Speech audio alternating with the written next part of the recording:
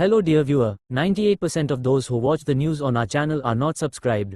We request you to subscribe immediately and support us to continue publishing all the news in a quality manner. சர்வஜன பள்ளியில் நிறுவன நாள் விழா, சீரார்ந்த முன்னாள் மாணவர் விருது வழங்கி கௌரவம். கோவை பிஎஸ்ஜி சர்வஜன மேல்நிலைப் பள்ளியின் நிறுவன நாள் விழா பிஎஸ்ஜி தொழில்நுட்ப கல்லூரி வளாகத்தில் நடைபெற்றது.